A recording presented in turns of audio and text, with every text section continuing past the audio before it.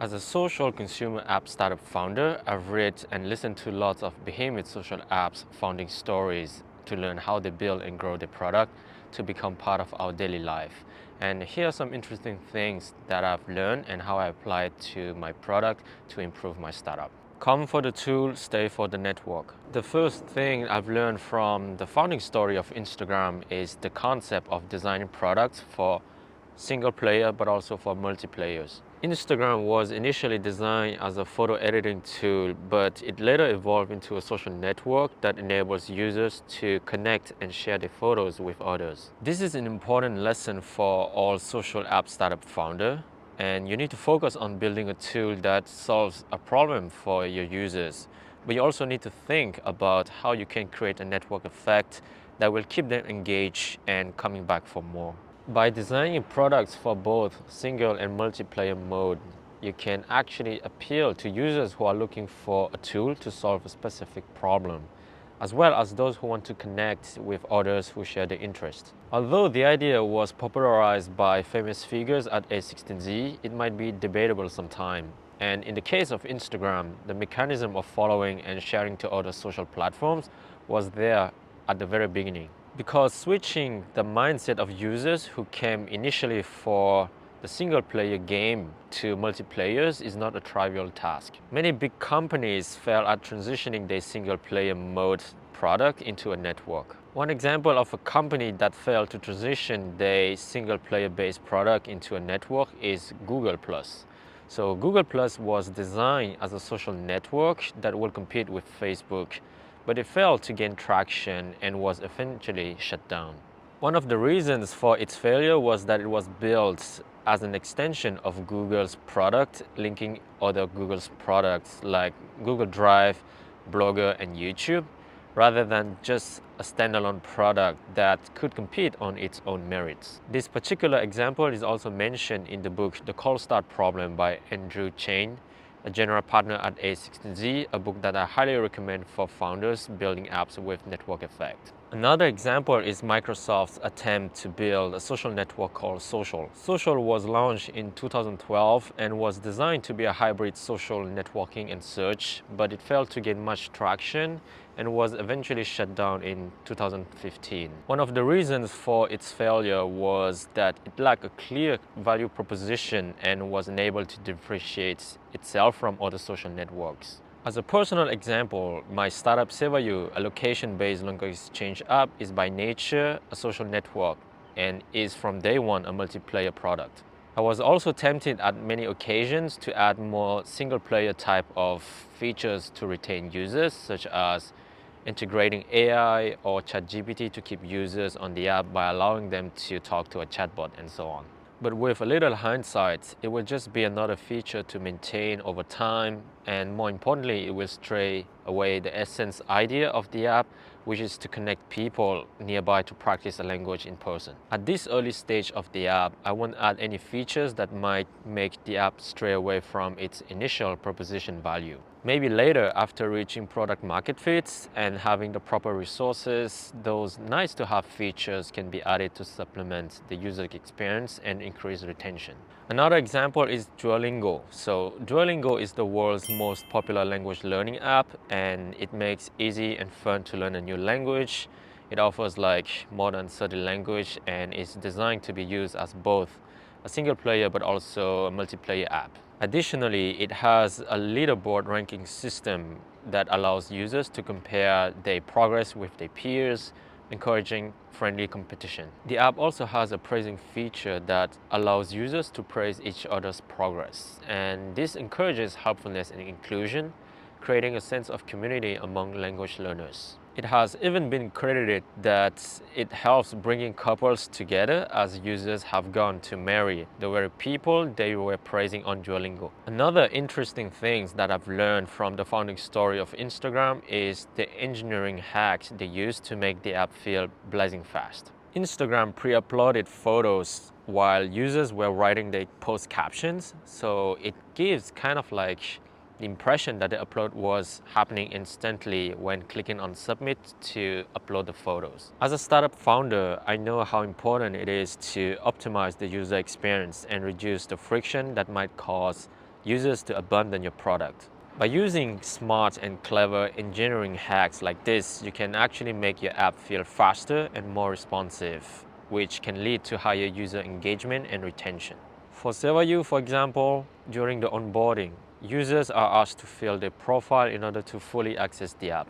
In addition to a guest mode that allows users who are just curious and want to see partly the inside of the app without creating an account, users will need to complete their profile to interact with other members inside the app. There are different inputs for users, including asking them to write their self-introduction and uploading a photo. At first, I put the uploading photo step at the very last, and while the photo is uploading to the server, which has a few sub-steps, an overlay spinner is shown to the user.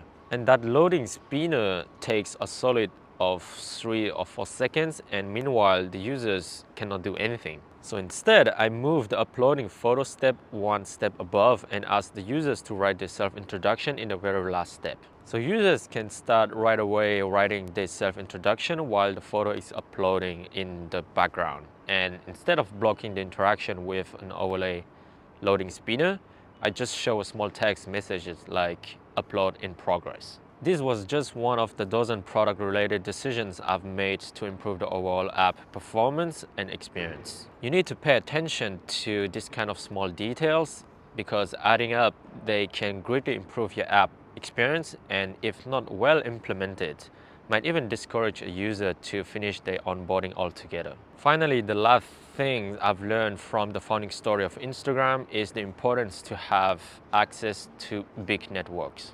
Kevin Systrom, the co-founder of Instagram, was previously an intern at Odeo, the company that later became Twitter, and he knew personally Jack Dorsey, who was the former CEO of Twitter. This gave him access to a network of influential people in the tech industry, which helped him to get the word out about his new product. There were also big names on Twitter that were willing to share and promote Instagram, such as Ashton Kutcher, Snoop Dogg. This kind of celebrity endorsement can be helpful in driving initial engagement and awareness for Instagram in the early days, and it helps to propel it to millions of users in just a matter of months. In the early days of Instagram, Twitter played an important role in helping the platform grow.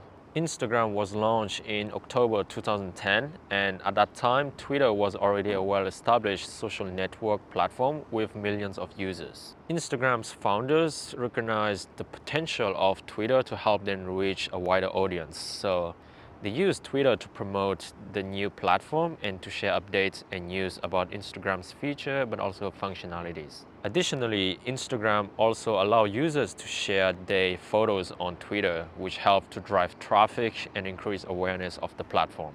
Users who shared their Instagram photos on Twitter would include a link back to their Instagram profile, which encouraged other Twitter users to just check out their content on Instagram. The founding story of Instagram is a great example on how leveraging others people's networks can be powerful when it comes to grow a startup. Organic word of mouth is obviously an essential factor in the growth of any social media platform. When people enjoy using a platform, they are likely to tell their friends and family about it, and it creates a snowball effect that can lead to a significant growth over time. However, relying solely on organic word of mouth might not be enough to create bursts in new users and generate the momentum needed to sustain that growth. And this is where leveraging a big distribution channel comes in.